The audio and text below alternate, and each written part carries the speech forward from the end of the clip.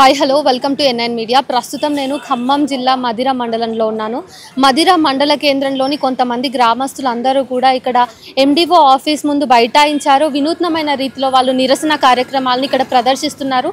మీరు చూసినట్టయితే వీళ్ళందరికీ గాను ఎన్నో రోజుల తరబడి ఒక సమస్య బాగా వేధిస్తుంది అని చెప్పేసి వీళ్ళంతా బాధితులుగా ఇక్కడ బైఠాయించి ఉన్నారు. వీళ్ళందరూ ఇందిరమ్మ ఇళ్ల విషయంలో ఇక్కడ ఎండిఓ చేసినటువంటి అవినీతిని కానీ ఆకృత్యాలని కానీ ప్రశ్నిస్తూ ఇక్కడ బైఠాయించి వాళ్ళకి రావాల్సిన హక్కుల గురించి, వాళ్ళకు జరగాల్సినటువంటి ప్రజా ప్రయోజనాల గురించి వాళ్ళు ఇక్కడ ప్రశ్నించేందుకు ముఖ్యంగా కొన్ని డిమాండ్లతో వాళ్ళు ఇక్కడ కూర్చున్నారు. ఇంతకీ ఆ డిమాండ్లు ఏంటి, వాళ్ళ సమస్యలు ఏంటి అనేవి వాళ్ళని అడిగి తెలుసుకుందాం. సార్ నమస్తే సార్, చెప్పండి ఎందుకు ఇక్కడ వివిధ గ్రామాల నుంచి వచ్చినటువంటి వాళ్ళు బైఠాయించారు? మదిర మండలంలో ఉన్నటువంటి ప్రభుత్వ అధికారులు నిస్సిగ్గుగా నిర్లజ్జగా పేదలందరికీ అన్యాయం చేసి రాష్ట్ర ప్రభుత్వం ఏదైతే ఇందిరమ్మ ఇల్లు కేటాయించడానికి ఏదైతే నిబంధనలు ప్రకటించిందో ఆ నిబంధనలకి పూర్తి విరుద్ధంగా అమెరికాలో జాబ్ చేస్తున్నటువంటి వాళ్ళకి, అట్లనే ఇన్కమ్ ట్యాక్స్ చెల్లిస్తున్నటువంటి వాళ్ళకి, 10 నుంచి 20 ఎకరాల భూమి ఉన్నటువంటి వాళ్ళకి, భారీ వెహికల్స్ ఉన్నటువంటి వాళ్ళకి ఇల్లు కేటాయించింది. ఎక్కడా కూడా ఒంటరి మహిళలకు కానీ, వికలాంగులకు కానీ, లేదంటే పేదలకు కానీ, చెట్ల కింద ఉన్నటువంటి ముసలి వాళ్ళకి కానీ ఎక్కడ ఇల్లు ఇవ్వలేదు. దీంతో ఆగ్రహం చెంది చాలామంది వచ్చి మళ్ళీ ప్రత్యక్షంగా ఎండిఓ గారిని కలిసి మాకు ఇల్లు ఇవ్వండి, మా పరిస్థితి అని చెప్పేసి మొరపెట్టుకుంటే వాళ్ళని అర్హుల లిస్టుల నుంచి తొలగించి మీరు అర్హుల లిస్టుల్లో లేరు, మీరు L1లో లేరు, L2లో లేరు అని చెప్పేసి వాళ్ళ మనోభావాలతో ఆటలాడారు ఎండిఓ. ఇలాంటి ఎండిఓ యొక్క నిరంకుశ వైఖరికి వ్యతిరేకంగా ఈరోజు అన్ని గ్రామాల నుండి లబ్ధిదారులు అర్హత ఉన్నటువంటి వాళ్ళు వచ్చి ఇక్కడ ఆందోళన చేస్తున్నారు. వాళ్ళు చేస్తున్న డిమాండ్ ఒకటే, ఎండిఓని వెంటనే సస్పెండ్ చేయాలని చెప్పేసి డిమాండ్ చేస్తూ ఉన్నారు. తర్వాత కార్యాచరణగా మీరేం చేయబోతున్నారు? ఈ గ్రామాల్లో ఎవరైతే అర్హత ఉండి ఇల్లు రాలేదో వీళ్ళందరూ రేపు స్థానిక సంస్థల ఎన్నికల కోసం ఇళ్ల దగ్గరకు వస్తారు. ఇళ్ల దగ్గరకు వస్తే వాళ్ళకి అధికార పార్టీ నాయకులకు కానీ అధికారులకు కానీ తగిన గుణపాఠం చెప్పడానికి మేమంతా సిద్ధంగా ఉన్నామని చెప్పేసి వీళ్ళందరూ యుద్ధానికి రెడీ అవుతూ ఉన్నారు. ఇది మొదటిసారేం కాదు, గత కొన్ని రోజులుగా మీరు నిరసనలు తెలియజేస్తూనే ఉన్నారని మేము విన్నాము. మీడియా కవరేజ్ లేకపోవడం కానీ, ఇటు ఎమ్మెల్యే నుంచి కాంగ్రెస్ పార్టీ అధికార పక్షం నుంచి కూడా మీకు వేధింపులు వస్తున్నాయి అనేటటువంటి సమాచారం ఇక్కడి గ్రామస్తులు చెప్తున్నారు. ఈ విషయంలో వాస్తవం ఏంటి? ఈ విషయం చాలా వాస్తవం. తెలంగాణ రాష్ట్రంలో ఇందిరమ్మ ఇళ్ళు మొదటి లిస్టు ప్రకటించిన దగ్గర నుండి మాకు తీవ్రమైన అన్యాయం జరుగుతుందని చెప్పేసి ఇప్పటికీ మదిర మండలంలో ఎండిఓ కార్యాలయం ఎదుట దాదాపు 4 నుంచి 5 సార్లు లబ్ధిదారులు అర్హత పొందిన వాళ్ళు ఎవరైతే ఉన్నారో వాళ్ళందరూ ఆందోళన వ్యక్తం చేస్తూ ఉన్నారు. ప్రతి ఒక్కరిని రాజకీయ పార్టీ మారితే తప్ప మీకు ఇల్లు ఇవ్వమని చెప్పేసి, మా కండువ కప్పుకుంటే తప్ప మీకు ఇల్లు ఇవ్వమని చెప్పేసి చెప్తా ఉన్నారు. కానీ చాలామంది ప్రజలు మాకు కాంగ్రెస్ ప్రభుత్వం వస్తే, బట్టి గారు గెలిస్తే మాకు ఇల్లు వస్తుందని చెప్పేసి నమ్మి ఓట్లు వేసిన వాళ్ళు కూడా ఈరోజు నడి రోడ్డున పడి వాళ్ళు లబోదీపం అంటున్నారు, మాకు ఇల్లు రావట్లేదని. దురదృష్టకరమైన సంఘటన. ఈ గ్రామంలో చాలామంది మీకు ఇల్లు ఇప్పిస్తామని చెప్పేసి కాంగ్రెస్ పార్టీ నాయకులు డబ్బులు వసూలు చేశారు. అలాంటి వాటిని ఆధారాలతో సహా బయట పెట్టాము. అయినా వాళ్ళపైన ఎలాంటి చర్యలు తీసుకోలేదు. ఇంకొంతమంది డబ్బులు వసూలు చేశారని చెప్పేసి వాళ్లే ఒప్పుకున్నారు. కొంతమంది అర్హత ఉన్న పేదల్ని సొంత ఇల్లు ఉందని చెప్పేసి, వాళ్ళకి ఇల్లు లేకపోయినా చెట్టు కింద ఉంటున్నా వాళ్ళకి ఇల్లు ఉందని చెప్పేసి రాంగ్ రిపోర్ట్ ఇస్తూ ఉన్నారు. కొంతమంది చదువుకున్న యువకులు ఉంటే వాళ్ళు సమాచారం పొందుపరిచే క్రమంలో వాళ్ళ ఫోన్ నెంబర్లు కూడా తప్పుగా నమోదు చేశారు. ఉద్దేశపూర్వకంగా ఈ మండలంలో ఉన్నటువంటి చాలామంది పేదలకి చాలా నష్టం జరిగింది. దీనికోసం ఆందోళన చేయడం తప్ప మరేం చేయగలం అని చెప్పేసి ఆందోళనకారులు చెప్తా ఉన్నారు. ఈ వరుస ఆందోళన తర్వాత ప్రభుత్వం నుంచి కానీ అధికారుల నుంచి కానీ ఏదైనా స్పందన వచ్చిందా? ఏ రకమైనటువంటి మార్పు వచ్చింది? ఈ ఆందోళన చేసినటువంటి ఆందోళనకారుల్ని మీరు రాజకీయ వ్యభిచారం చేస్తున్నారని చెప్పేసి గౌరవ అధికార పార్టీ నాయకులే అన్నారు. పైగా మీరు ఆందోళన చేయడం వల్ల మీకు ఇళ్ళు రావు, మా కాంగ్రెస్ పార్టీ కార్యకర్తలు కాళ్ళు పట్టుకుంటేనే ఇళ్ళు వస్తాయని చెప్పేసి వ్యంగ్యంగా మాట్లాడుతూ ఉన్నారు. అధికారులు కూడా మీరు వెళ్ళి రాజకీయ పార్టీ నాయకుల యొక్క, అధికార పార్టీ నాయకుల యొక్క కాళ్ళు మొక్కుతేనే మీకు ఇళ్ళు వస్తాయి తప్ప మా ఆఫీసుల దగ్గర ధర్నాలు చేస్తే రావు అని చెప్పేసి అధికారులు నిస్సిగ్గుగా మాట్లాడుతున్నారు. సో ఇది జస్ట్ ఒక ట్రైలర్ కట్ లాంటి అంశం మాత్రమే. నేను చాలామంది గ్రామస్తులతో మాట్లాడిన తర్వాత తెలుస్తున్నటువంటి విషయం ఏంటంటే, ఈ మదిర మండలంలో విస్తృతంగా కుల వివక్ష ఉంటుంది. కాంగ్రెస్ పార్టీ తరఫు నుంచి చిన్న చిన్న కార్యకర్తలు కూడా ఆధిపత్యాన్ని చెలాయించడం, మీరు కాంగ్రెస్ కండువ కప్పుకుంటే తప్ప మీకు ప్రభుత్వం నుంచి రావాల్సినటువంటి ప్రయోజనాలు అందవు అని చెప్పడం, ఒకవేళ ప్రయోజనాలు అందాలంటే కూడా లంచం ఇవ్వటమో లేదంటే కాంగ్రెస్ తొత్తులుగా మారటమో రాజకీయ వ్యభిచారం చేయడమో తప్పితే మాత్రమే ఇంకో దారి లేకుండానే వాళ్ళు ప్రజలకి సేవ చేస్తామనేటటువంటి పరిస్థితి ఇక్కడ కనిపిస్తుంది. మీరు ఇక్కడ చూసుకున్నట్టయితే ఆల్రెడీ పోలీసులు వచ్చారు. ఇక్కడ జరుగుతున్నటువంటి నిరసన కార్యక్రమాన్ని ఆపివేయటానికి ఇక్కడ పోలీసులు ప్రయత్నం చేస్తున్నారు. అయితే ఇక్కడ కొన్ని గ్రామాల నుంచి ఉన్నటువంటి ప్రజలు, ఈ ప్రజల్లో ఉన్నటువంటి బాధితులు ఇప్పటికైతే కదిలే ప్రసక్తిలో లేమని కూర్చున్నారు. మరి చూడాలి, ఇంతమంది కేవలం ఉండడానికి ఇల్లు లేక కుల వివక్షకి గురై ఇక్కడ ఆఫీసర్ల చుట్టూ చెప్పులు అరిగిపోయేలాగా తిరగలేక ఇక్కడ కూర్చున్నారు. మనం వెనక చూసుకున్నట్టయితే వాళ్ళు బట్టలు ఆరేశారు, వంట చేసుకోవడానికి సిద్ధంగా పొయ్యి పెట్టుకున్నారు. అదేంటమ్మా ఇలా చేస్తున్నారు అని అడిగినప్పుడు వాళ్ళు చెప్తున్నది ఒక్కటే విషయం, చాలా అక్రమాలు జరుగుతున్నాయి ఇక్కడ, ఇల్లు ఇవ్వండి అని అడిగినప్పుడు మాకు ఆల్రెడీ ఇల్లు ఉంది అని చెప్పేసి అధికారులు చెప్తున్నారు. మా ఇల్లు ఎక్కడుంది సారు, చూపించండి మా ఇల్లు, మీరు ఇల్లు చూపించినట్టయితే మేము అందులో ఉంటాము, ఇల్లు ఉంది అంటున్నారు కదా, ఆ ఇల్లుని ఇవ్వండి, మేము అందులో పోయి కూర్చుంటాము అని అంటున్నారు. ఇల్లు లేదు కాబట్టి ఈరోజు మేము ఈడ ఎంపీఓ ఆఫీస్ దగ్గరికి వచ్చి వంట చేసుకుంటున్నాము, ఇక్కడ బట్టలు ఉతుక్కుంటామని చెప్పేసి వినూత్న రీతిలో ఈ ప్రజలందరూ కూడా వాళ్ళ తిరుగుబాటును వ్యక్తపరుస్తున్నారు. ఇంకొంతమందితో మాట్లాడే ప్రయత్నం చేద్దాం. అమ్మ, మీ పేరు? శిరోమణి మేడం. ఏ ఊరు? దెందుకూరండి. మీ సమస్య ఏంటండి? మా సమస్య ఫస్ట్ మాకు హెల్త్రీలో పెట్టారంటే నాకు అసలు ఉండడానికి ఇల్లే లేదు, అయినా సరే హెల్త్రీలో పెట్టారు ఏంటని నేను అడిగితేను నీకు ఓన్ హౌస్ ఉందని చెప్పి పెట్టారండి. నా ఇల్లు ఎక్కడ ఉందో చూపిస్తే నా ఇంట్లోకి వెళ్ళిపోతానండి. మీకు ఆల్రెడీ ఇక్కడ ఓన్ హౌస్ ఉంది, సిమెంట్ బ్రిక్స్ తో కట్టి ఉంది అని ఉంది. ఆ ఇల్లు ఎక్కడ ఉందో చూపిస్తే వెళ్ళిపోతా మేడం. మీరు ప్రభుత్వాన్ని ప్రశ్నిస్తున్నప్పుడు మీకు ఎట్లాంటి స్పందన వస్తుంది? అసలు పట్టించుకోవట్లేదు మేడం, వాళ్ళు పట్టించుకోవట్లేదు. అధికారులు అక్కడ తిరిగినా పట్టించుకోవట్లేదు. ఇంద్రమ్మ కమిటీలు అట్లా చెప్తే మేము అట్టే ఉంటామంటున్నారు. ఇందిరమ్మ కమిటీలో ముఖ్యంగా ఎవరికి వాళ్ళు ఇల్లు ఇస్తామని అంటున్నారు? అసలు మాకు ఇవ్వలేదు మేడం, వాళ్ళ పక్కన ఉండే వాళ్ళకే ఇచ్చారు మేడం. వాళ్ళు పార్టీలో ఉండే వాళ్ళకే ఇచ్చుకున్నారు. వాళ్ళ పార్టీలో వాళ్ళ అమ్మటి ఎవరైతే తిరిగారో, వాళ్ళ జెండాలు ఎవరైతే మోసారో వాళ్ళకే ఇచ్చుకున్నారు ఇల్లు. మా పోటీ వాళ్ళకి ఇవ్వలేదు. ఒంటరి మహిళలకు ఇల్లు ఇస్తున్నాడు బట్టి గారు. ఒంటరి మహిళలు అసలు పట్టించుకోనే లేదు. చాలా సార్లు బట్టి ఇక్కడ ఎమ్మెల్యేగా ఉన్నాడు, ఎప్పటి నుంచో ఉన్నాడు. మరి ఇంకా ఏ మాత్రం మార్పు లేనప్పుడు మళ్ళీ ఎందుకు గెలిపిస్తున్నారు? దళిత ముఖ్యమంత్రి మాకేదో చేస్తాం, మాకేదో మేలు చేస్తాం అనుకుంటే మేడం, మాకుగా చేసేది ఉండే వాళ్ళకి, డబ్బులు ఉండే వాళ్ళకి, ఆల్రెడీ ఇల్లు ఉండే వాళ్ళకి, ఇల్లు కట్టుకున్న వాళ్ళకి, రూమ్ అద్దెకులు ఇచ్చిన వాళ్ళకి ఇచ్చేసారు మేడం. మాకు ఇప్పుడు మీకు అర్హత ఉంది అని మీరు ఇంత బలంగా చెప్తున్నారు కదా, మరి ఇవన్నీ సాక్ష్యాలు తీసుకెళ్లి ఈ ఆఫీసర్స్ అడిగితే ఇల్లు ఎందుకు ఇస్తలేరు? ఇంద్రమ్మ కమిటీ చెప్తే అదే వాళ్ళకి అడిగి పోను అంటున్నారు. ఇంద్రమ్మ కమిటీలకు అడిగి పోను అంటున్నారు.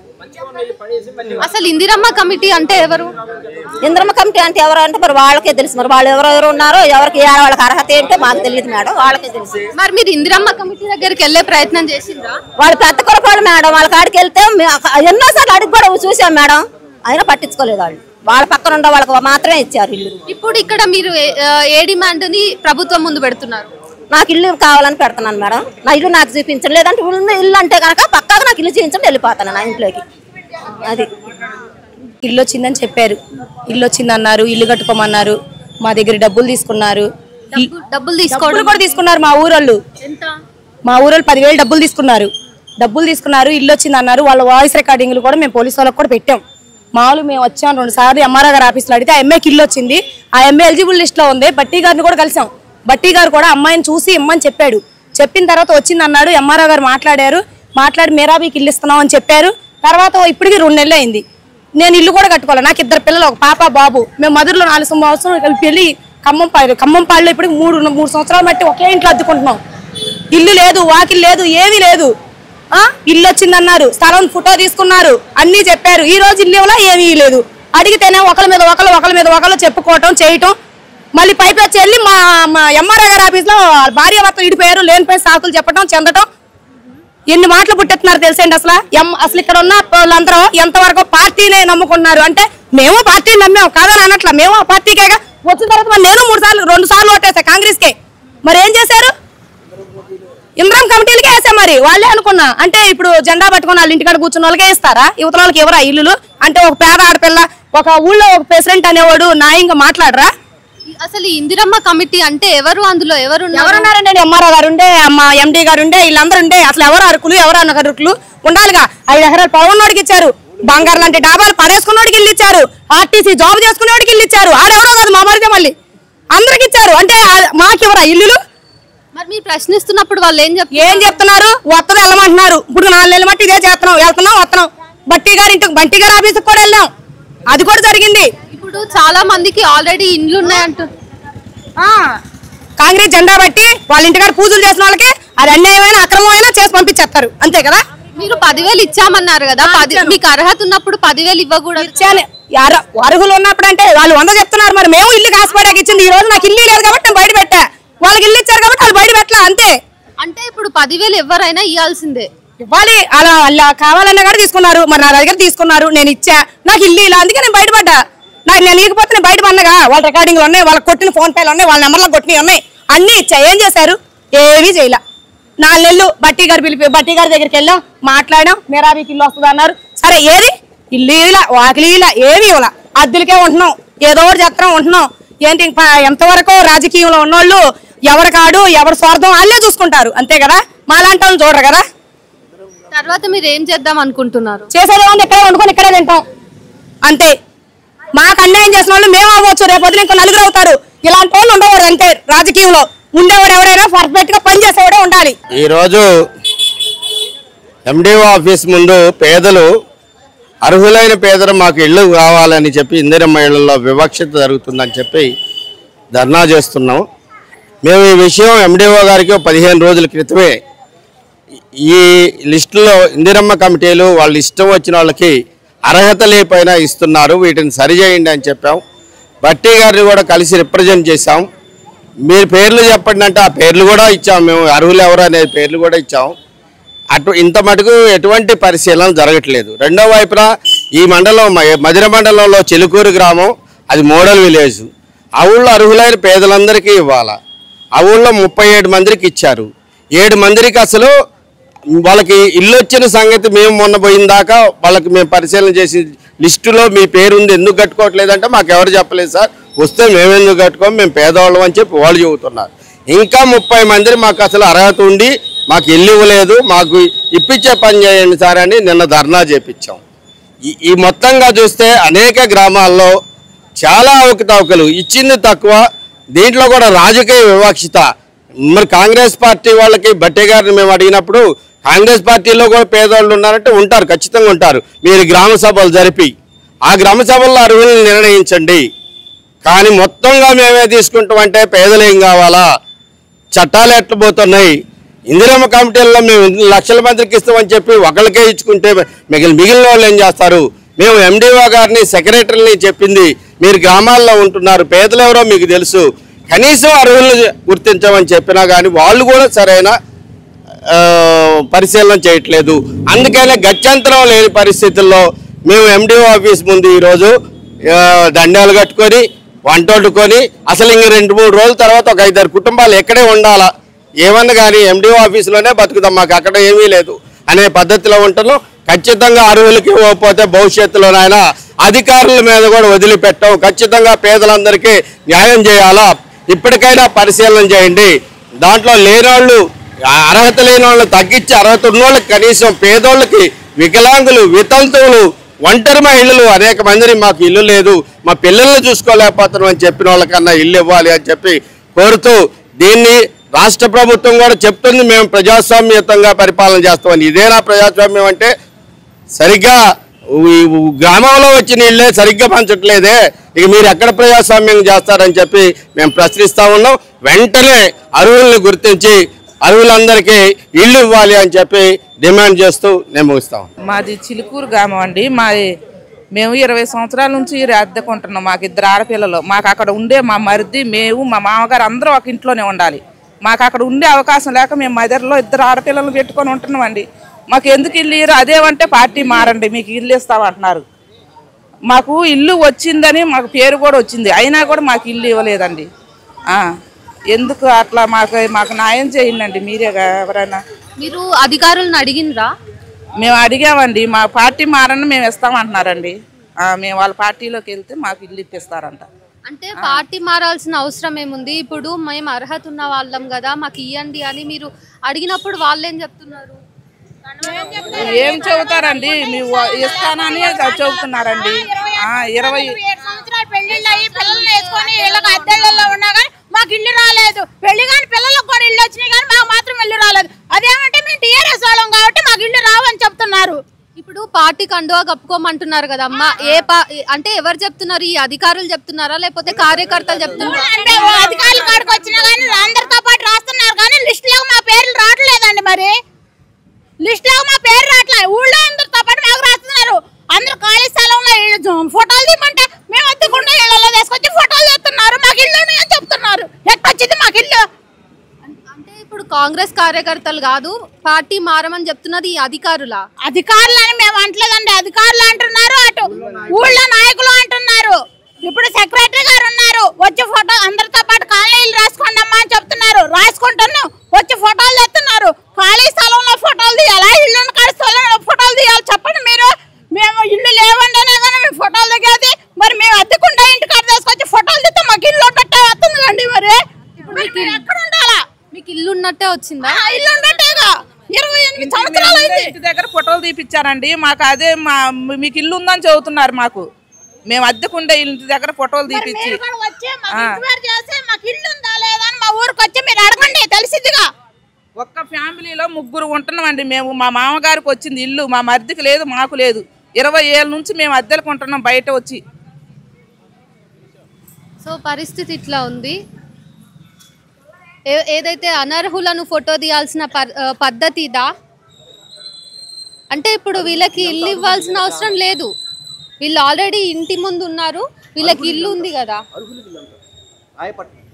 ఇట్లా ఉంది పరిస్థితి. ఇక్కడ అర్హులైనటువంటి బాధితులకు కూడా లేదు, వీళ్ళకి ఆల్రెడీ ఇల్లు ఉంది అని చెప్పేసి ఆ ఇల్లు ఎట్లాంటి ఇటుకలతో కట్టిండ్రు అనేటటువంటిది కూడా వెబ్సైట్లో వాళ్ళు క్లియర్గా మెన్షన్ చేసిర్రు. నిన్న నేను ఎక్సెల్ షీట్స్ కూడా పరిశీలించినప్పుడు అదంతా కనిపిస్తే ఆశ్చర్యపోయినా. వీళ్ళేమో మాకు ఇల్లే లేదు తల్లి అని వీళ్ళు ఏడుస్తున్నారు. అయితే పైసలు తీసుకుంటామని అన్నారు కదా, మీ దగ్గర ఏమైనా పైసలు తీసుకున్నారా? పైసలు ఏమి తీసుకోలేదండి, పైసలు తీసుకోలేదులే కానీ ఇల్లు ఇవ్వమంటే మటుకు వాళ్ళ అధికారం ఉన్న వాళ్ళకే ఇచ్చుకున్నారండి. మాకైతే ఇవ్వలేదు ఇల్లు. ఇల్లు లేకుండా అద్దెకుండే వాళ్ళకి మాత్రం ఇల్లు ఇవ్వలేదండి. ఇల్లు ఉండి వాళ్ళ పొలాలు ఉన్నాయి అన్ని ఉన్న వాళ్ళకి ఇల్లు ఇచ్చారు. మాకు ఇల్లు లేకోకుండా 28 సంవత్సరాల నుంచి అద్దెకుండే వాళ్ళకి మాత్రం ఇల్లు ఇవ్వలేదు. పాత ఇల్లు పడేసి కూడా మళ్ళీ వాళ్ళు ఇల్లులు కట్టుకున్నారండి ఇంత మునుపు ఉన్నోళ్ళు కూడా. కానీ లేని వాళ్ళకి మటుకు ఇల్లులు ఇవ్వలేదు. ఒక్క నిమిషం.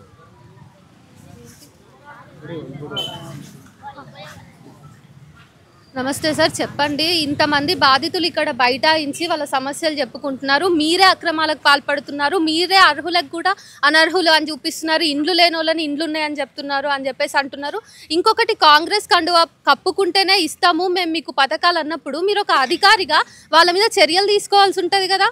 అమ్మ, ఒక విషయం ఇక్కడ స్పష్టత చెప్పేది ఏంటంటే, వాళ్ళు ఏదైతే గ్రామ పంచాయతీ కార్యదర్శి మనకు L1, L2, L3 అనే 3 కేటగిరీ కింద విభజించారు.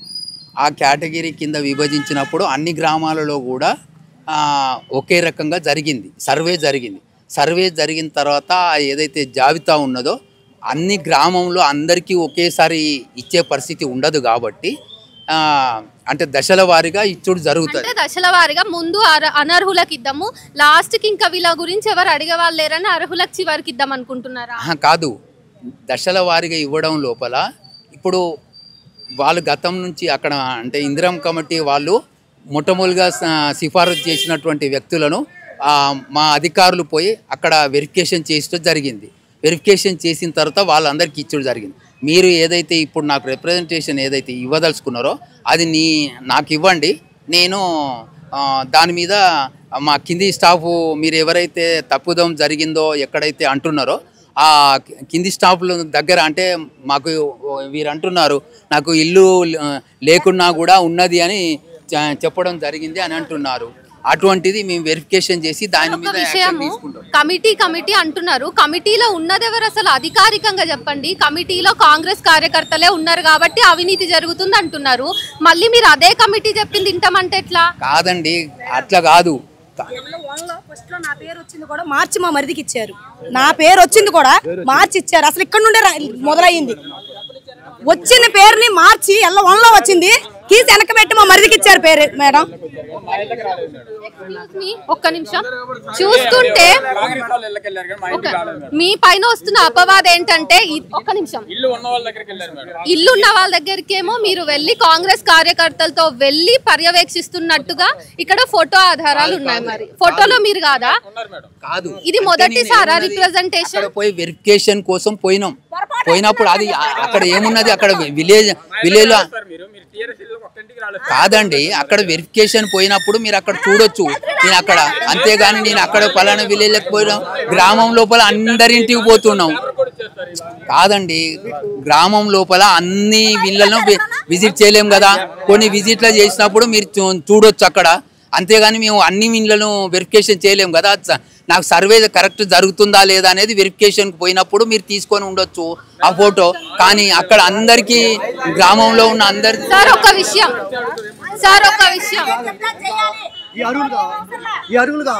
కావచ్చండి, మేము ఎవరికి కాదని అంటలేం కదా. అందరూ ఎల్వై జాగ్రత్త.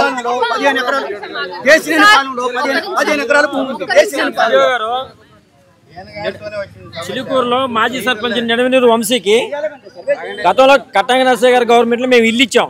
ఆ ఇల్లు 15 సంవత్సరాలు అయింది కట్టి. ఇప్పుడు ఆ ఇల్లు పడేస్తే మళ్ళీ ఇంద్రం ఇల్లు ఇచ్చారు. ఇప్పుడు మంచిగా ఉండి ఇల్లు పడేశారు. సార్ ఇప్పుడు మీరు ఏదైనా ఒక్కటే విషయం అండి, నేను చెప్తా వినండి. మీరు ఏదైతే రిప్రజెంటేషన్ ఇవ్వదలుచుకున్నారో నాకు ఆ రిప్రజెంటేషన్ ఇవ్వండి. దాని లోపల మా వైపు నుండి ఏదైనా ఉంటే వెరిఫికేషన్ చేయించి చేస్తారు. కలెక్టర్ గారు పిటిషన్ ఇచ్చారు కదా, మీకు ఎండార్ చేశారు కదా ఎంఆర్ఓ గారిని మిమ్మల్ని కలెక్టర్ గారు రాయపట్నం వెళ్ళి మీరు విజిట్ చేసి సర్వే చేయండి. నేను చేశానండి. నేను రాయపట్నం ఒక్క నిమిషం నేను వచ్చిన నేనేమంటున్నా అండి, వీళ్ళందరూ అనర్హులే. ఆ అర్హులే, వాళ్ళ అర్హులు అయినప్పటికీ వాళ్ళకు అందరికి ఒకేసారి లేదు. వాళ్ళని ఎల్వన్ జాబితాలో ఉన్నారండి. అనర్హులు కూడా ఇల్లు ఇచ్చారు. చూడండి, మాజీ సర్పంచ్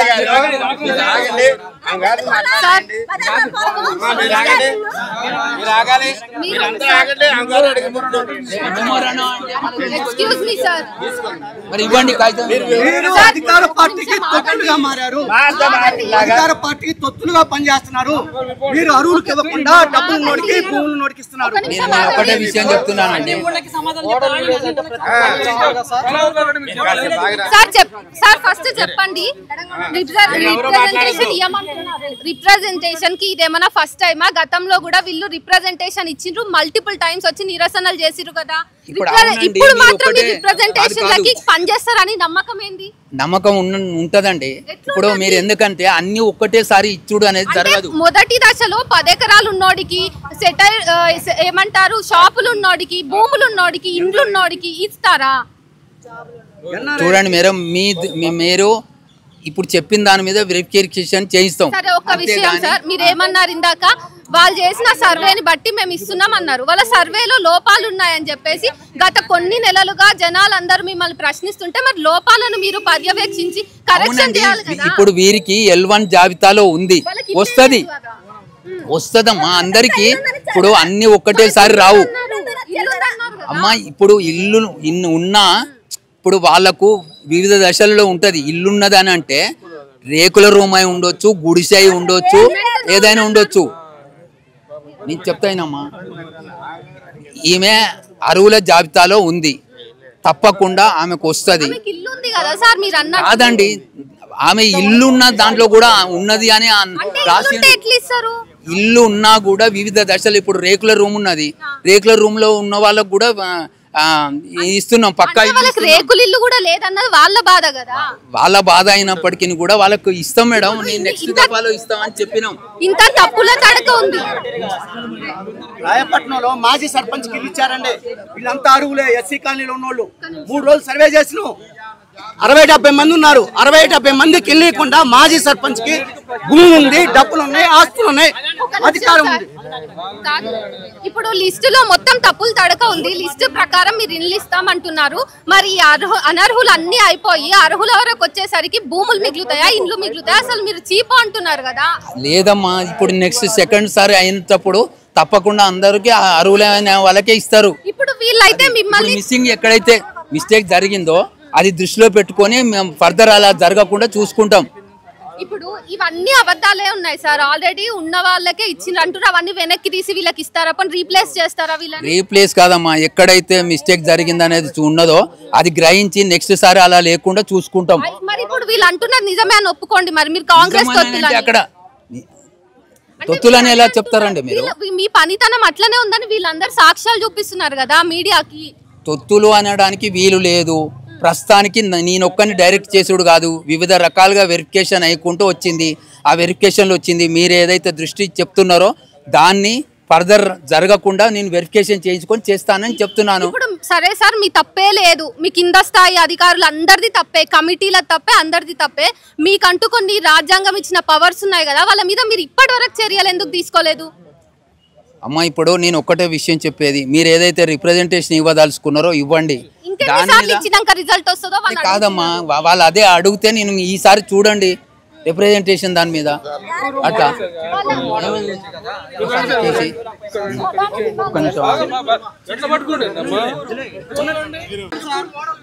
సో ఇది పరిస్థితి. పోలీస్ వాళ్ళు వచ్చి ఆఫీసర్స్ ఆయన దగ్గర వాయిస్ తీసుకో, మీరు చెప్పండి. సిగ్గు సిగ్గు అరువులకు ఇల్లు ఇవ్వడం చేతగాని ప్రభుత్వం, సిగ్గు సిగ్గు అరువులకు ఇల్లు ఇవ్వడం చేతగాని ప్రభుత్వం, సిగ్గు సిగ్గు అరువులకు ఇల్లు ఇవ్వడం చేతగాని ప్రభుత్వం, సిగ్గు సిగ్గు అరువులకు ఇల్లు ఇవ్వడం చేతగాని ప్రభుత్వం. సస్పెండ్ చేయాలి అవినీతికి పాల్పడ్డ ఎండిఓని వెంటనే, సస్పెండ్ చేయాలి అవినీతికి పాల్పడ్డ ఎండిఓని వెంటనే, సస్పెండ్ చేయాలి అవినీతికి పాల్పడ్డ ఎండిఓని వెంటనే, సస్పెండ్ చేయాలి అవినీతికి పాల్పడ్డ ఎండిఓని వెంటనే. సిగ్గు సిగ్గు అర్హత ఉన్న వాళ్ళకి వదిలిపెట్టి అనర్హులకు ఇల్లు ఇవ్వడం, సిగ్గు సిగ్గు అర్హత ఉన్న వాళ్ళకి వదిలేసి అనర్హులకు ఇల్లు ఇవ్వడం, సిగ్గు సిగ్గు అర్హులకు వదిలేసి అనర్హులకు ఇల్లు ఇవ్వడం.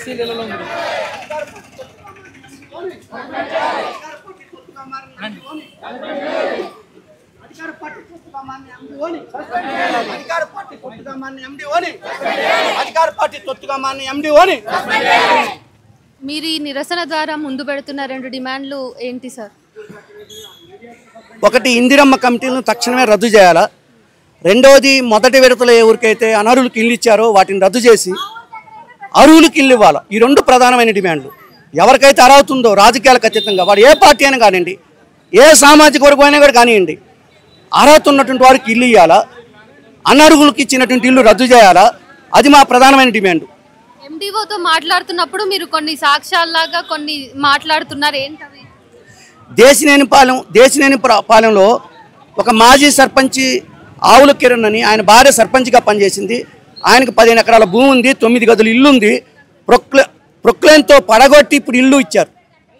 15 ఎకరాల భూమి ఉన్నటువంటి దేశినేనిపాలెం మాజీ సర్పంచి ఆవుల కిరణ్ భార్య మాజీ సర్పంచి ఆవుల కిరణ్ అనే అతనికి ఇల్లు ఇచ్చారు. నేను ప్రత్యేకించి 2 రోజులు సర్వే చేసి ఆ గ్రామంలో, అట్నే రాయపట్నంలో మాజీ సర్పంచ్కి ఇల్లు ఇచ్చారు. ఆ ఊళ్ళో 70 నుంచి 80 మందికి అర్హత ఉన్నటువంటి వాళ్ళు, ఒక గదిలోనే 2 కుటుంబాలు కాపురం చేసినటువంటి వాళ్ళు, వయసు వచ్చినటువంటి పిల్లలు ఉన్నటువంటి కుటుంబాల్లో కూడా నిజంగా చెప్పాలంటే చాలా దయనీయంగా బతుకుతూ ఉన్నారు. ఈ దేశంలో 40 ఏళ్ళలో స్వాతంత్రం వస్తే ఈ రోజుకి దళితులకి గిరిజనులకి స్వాతంత్రం రాలేదు.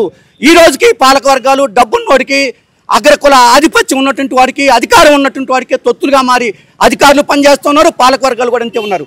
ప్రత్యేకించి దళిత నియోజకవర్గం ఇది. ఈ నియోజకవర్గంలో మెజారిటీ 80% దళితులు, గిరిజనులు, బలహీన వర్గాలే ఉన్నాయి.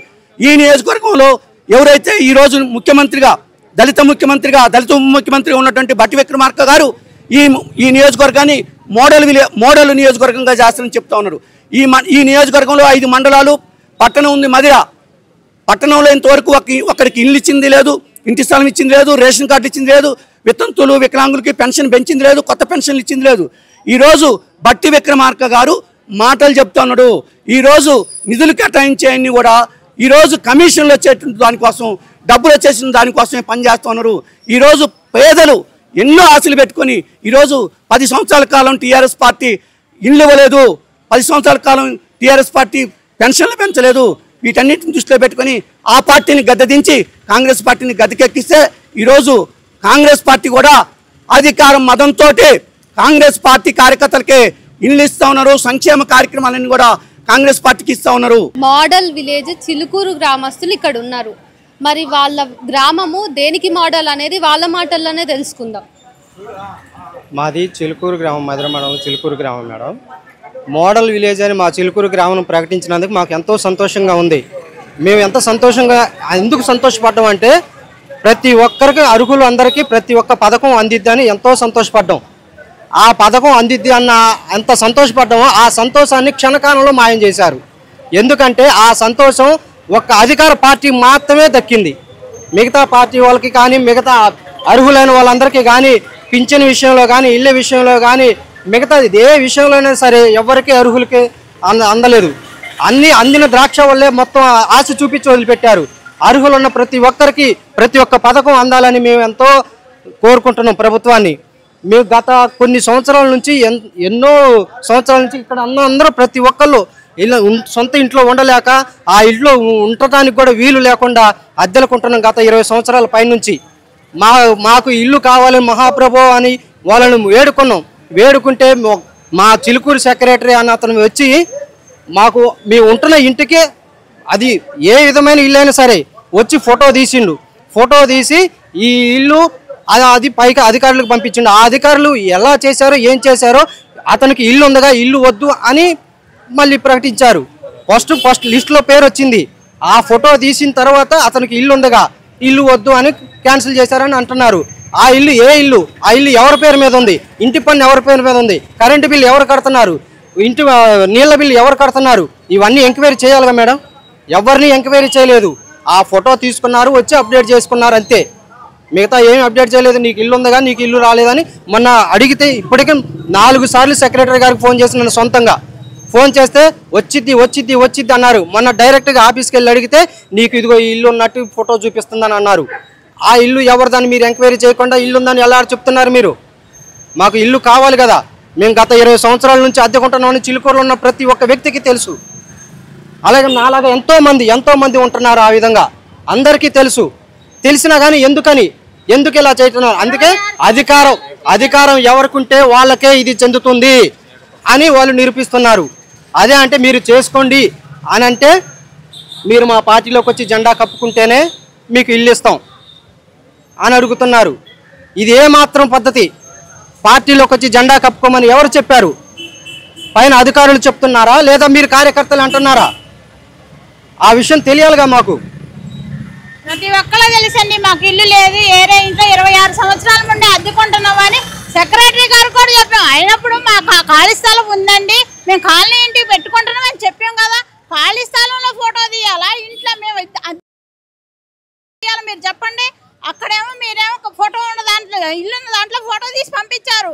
మీరు ఇక్కడికి వచ్చి అడిగితేనేమో మీకు ఇల్లు ఉంది కమ్మా అంటున్నారు. మీరు అక్కడ ఫోటో ఎందుకు దిగారు? మీరు వాళ్ళు చెప్పారు కానీ మీ కాలనీ ఇల్లు వచ్చిందమ్మా ఎక్కడైనా పర్వాలేదు మీరు ఫోటో దిగండి అని చెప్తున్నారు కదండి. మాకైతే తెలియదుగా వాళ్ళు ఫోటో తిప్పినట్టు దిగాలిగా. మరి మీరు వస్తారు, మీరు వచ్చి అమ్మ మీ కాలనీ ఇల్లు వచ్చింది మీరు ఎక్కడ మీరు ఫోటో దిగండి అమ్మా అంటారు. మీ మాట నమ్ముతాం కానీ మేము ఎంక్వైరీ చేయం కదండి. ఎంక్వైరీ చేయంగా. అలాంటప్పుడు అది మీరు రాజకీయంలో ఉన్నా కానీ మీరు ఉద్యోగం చేసినా కానీ కనీసం పేదవాళ్ళకు సహాయం చేయాలని కృతజ్ఞత ఉండాలి కదా. మేడం మీ కాలనీకి అప్లై చేస్తాం. మా ఇల్లు వచ్చేసి లిస్ట్ 1లో వచ్చింది. కానీ మా ఇంటికి వచ్చి సెక్రటరీ గారు కానీ స్కూల్లో సర్పంచ్ గారు కానీ ఎవరు పట్టించుకోవట్లేదు. ఒకసారి మా ఇంటికి వచ్చి మా ఇల్లు చూసి కొంచెం మాకు కూడా ఇల్లు ఇప్పించండి.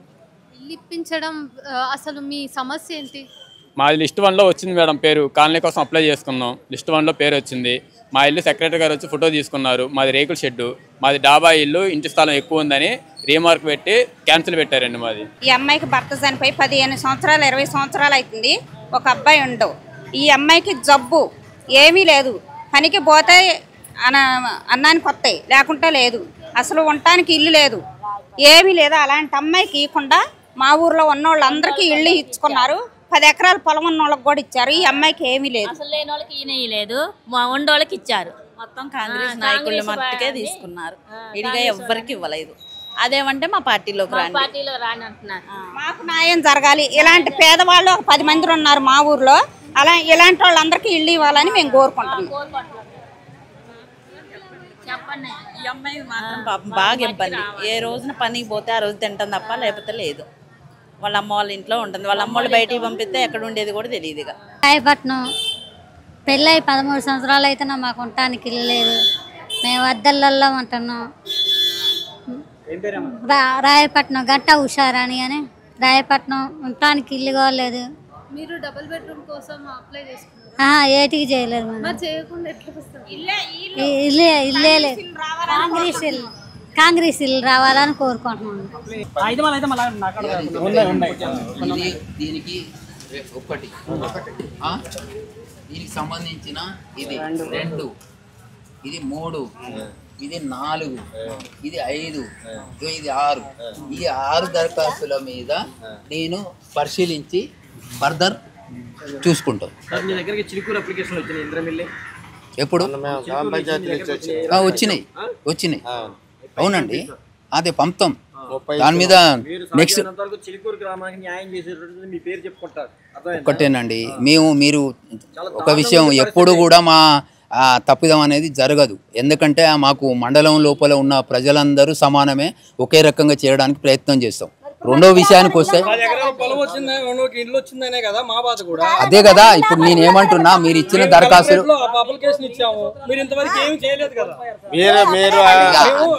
ఒక విషయం చెప్పనా, మీరు చెప్పేది చెప్తారండి, మీరు చెప్పేది చెప్తారు, దానికి నేను నా చర్యలు నేను తీసుకుంటాను. మీ చిలుకూరు గ్రామము ఆదర్శ గ్రామం కాబట్టి మీకు ఎంతమంది పెట్టుకుంటే అంతమందికి ఇంద్రమ్మ ఇల్లు వస్తాయని చెప్పారు. కానీ ఇప్పుడు జరిగింది ఆచరణలో ఇల్లు వచ్చినట్టు కూడా కొంతమంది చెప్పలేదు. సరే వెరిఫై చేద్దాం.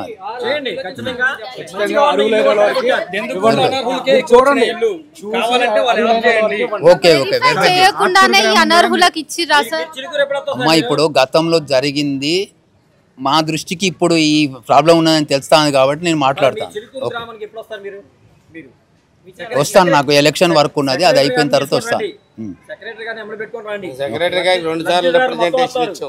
ఎవరు దేనికి కోసం పనిచేస్తున్నారని తెలియాలి. జీతం ఇచ్చేది గవర్నమెంట్, వాళ్ళు ఎవరి కోసం చేస్తున్నారు? కాంగ్రెస్ పార్టీకి ఒక ఏజెంట్గా పనిచేస్తున్నారు. అర్థమైందా? మేము నిరుపేదలకే న్యాయం చేయండి. మండలంలో ఏమీ లేని వాళ్ళు ఒంటరి మహిళ, ఈ అమ్మాయికి ఏమీ లేదు, తినడానికి తిండి కూడా లేదు. అలాంటి ఈ అమ్మాయికి ఇవ్వకుండా వేరే వాళ్ళకి ఇచ్చారు. అసలు వాళ్ళకేముంది వీళ్ళకేముంది అనేది కూడా మీరు గమనించాలి. మీరు చూసినట్టయితే ప్రభుత్వ అధికారి ప్రజల సమస్యలు చెప్తున్నప్పుడు ఎట్లా లోపలికి నిర్లక్ష్యంగా వెళ్ళారు అనేది కూడా మీకు ఈ వీడియోనే సాక్ష్యంగా నిలబడుతుంది.